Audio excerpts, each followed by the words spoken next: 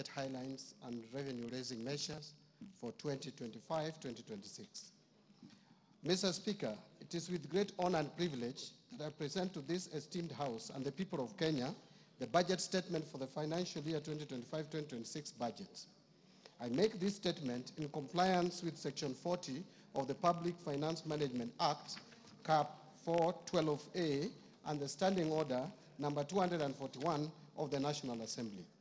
Mr. Speaker, these legal provisions give life to the building constitutional requirements of good governance to which the President and certainly the National Treasury and Economic Planning remain fully committed to.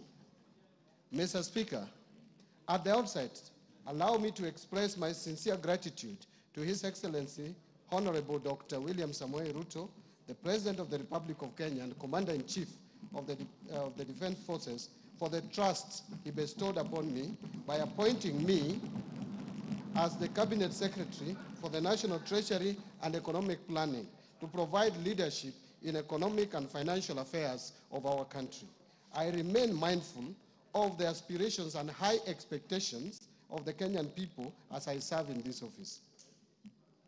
The Constitution protects realization of economic, social, and cultural rights, which includes the rights to adequate food, to adequate housing, to education, right to health, to social security, and to take part in cultural life, to water and sanitation, and also right to work.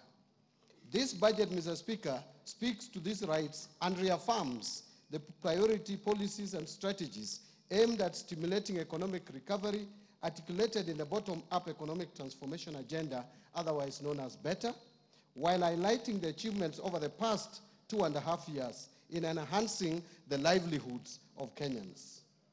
At its core, BETTER has adopted a value chain approach, focusing on strategic investment in areas that generate the highest impact, particularly in job creation and income generation at the grassroots level. Mr. Speaker, significant successes have been achieved through targeted intervention and structural reforms. These measures have laid a solid foundation for economic recovery and set us on a path towards long-term growth and stability. Mr. Speaker, let me mention just a few achievements under BETTER.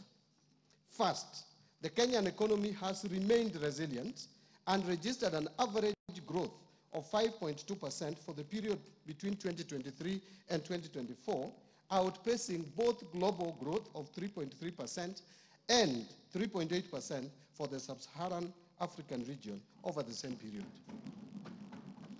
Other macroeconomic fundamentals such as inflation and exchange rates have strongly rebounded and are projected to remain stable.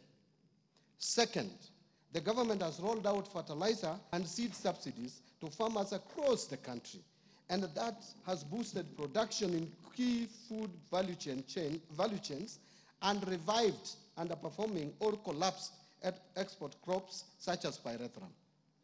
Since February 2024, Mr. Speaker, a total of 6.5 million registered farmers have benefited from the fertilizer subsidy program. And as a result of these initiatives, the cost of fertilizer has declined by 67%, from Kenya shillings 7,500 in 2022 to 2,500 in 2025. While maize production has increased by 38.9%, from 61.7 million bags in 2022 to 85.7 million bags in 2024. This is a clear demonstration of the positive impact of our agricultural reforms towards food security and improved household income. Third, to support livelihoods and small businesses, the government has disbursed loans amounting to over 75 billion by the end of May 2025 through the Financial Inclusion Fund, popularly known as the Hustler Fund. This initiative has provided access to affordable credit to over 26 million customers with a strong base of 9 million repeat borrowers and a repayment rate of 79%. A total of 4.5 million borrowers are eligible to be graduated to the mainstream financing institutions. And to build a culture of savings for the future, the fund has also successfully mobilized 4.5 billion in savings from its beneficiaries. Fourth, to enhance the attainment of universal health coverage, the government has expanded social health insurance. And as of May 2025, more than 22 million Kenyans were registered with the Social Health Authority, what we call SHA, representing a remarkable 175% increase in membership compared to the 8 million previously enrolled under the defunct National Hospital Insurance Fund, NHIF. This marks a major milestone, Mr. Speaker, in our health sector reforms and brings us closer to our goal of equitable, affordable, and accessible health care for all. Fifth, in fulfillment of the commitment to deepen home ownership and close the housing gap, the government has facilitated the construction of affordable housing units across the country. Since September 2022, 2,379 affordable housing units have been completed across 4 counties, with another 11,000 units in the last stages of completion. The units have been advertised for sale to the public through the Bomayangu platform. And in addition, there are 148,465 units under active construction across the remaining 43 counties. As part of the program, the government is also supporting the development of institutional housing for the uniformed services and students. Mr. Speaker and honorable members, these efforts have created over 250,000 direct and indirect jobs for Kenyans. In addition, over 11 billion has been ring-fenced for Juakali and MSMEs to support local fabrication of steel doors, windows, and other construction materials. Sixth, to drive digital transformation and inclusion, the government has expanded last-mile fiber optic connectivity to 13,590 kilometers in 2025, up from 8,900 kilometers in 2022, an increase of 53%. Two, established 285 digital hubs across the country, and also increased the number of digitized government services from 350 in 2022 to 20,985 in 2025 through integration with the e-citizen and mobile platforms, ensuring seamless access for all Kenyans. Seventh, to promote access to reliable and competitive energy, the government has expanded energy generation by installing an additional 167 megawatts of electricity from 3,076 megawatts in 2022 to 3,243 megawatts in 2025. This has enabled connection of 932,839 more customers to electricity.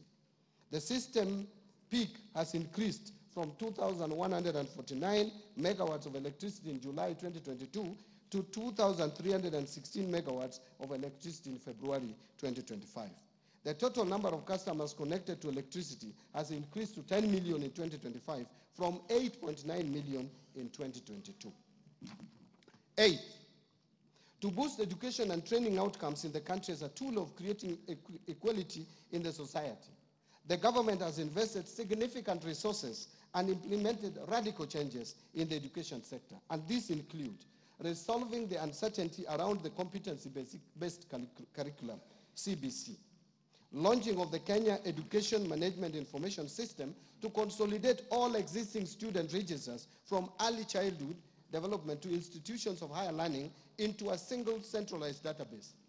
And three, rolling out of a new student-focused higher education focusing model with special emphasis for students from vulnerable families. Additionally, in order to improve the teacher-student ratio, the government has recruited 76,000 teachers, including junior secondary school teachers. Ninth, to enhance domestic and regional connectivity, boost rural productivity, improve urban informal settlements, and reduce urban congestion, this government has constructed an additional 1,574 kilometers of roads and 129 bridges from 2022 to April 30th, 2025.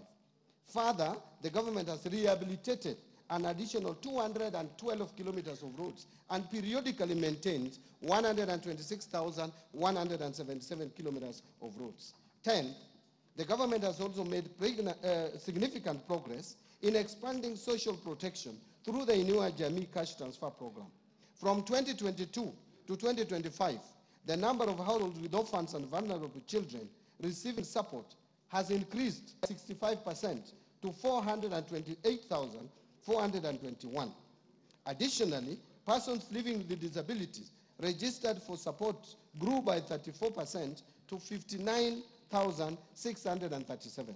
The number of senior citizens aged 70 years and above registered for social protection also rose by 66% to over 1.2 million.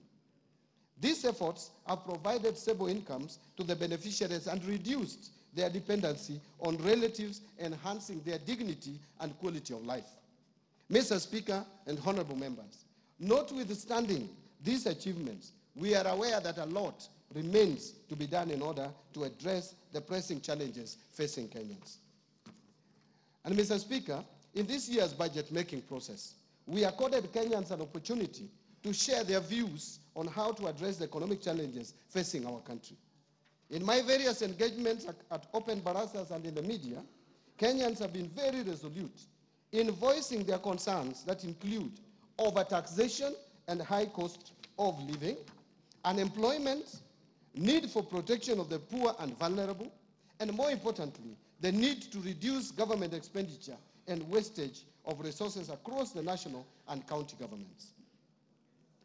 Mr. Speaker, I am alive to these domestic challenges facing Kenyans and the external factors such as geopolitical tensions and shifting global trade dynamics that lead to escalation of the cost of essential commodities in the country, requiring comprehensive responses by government.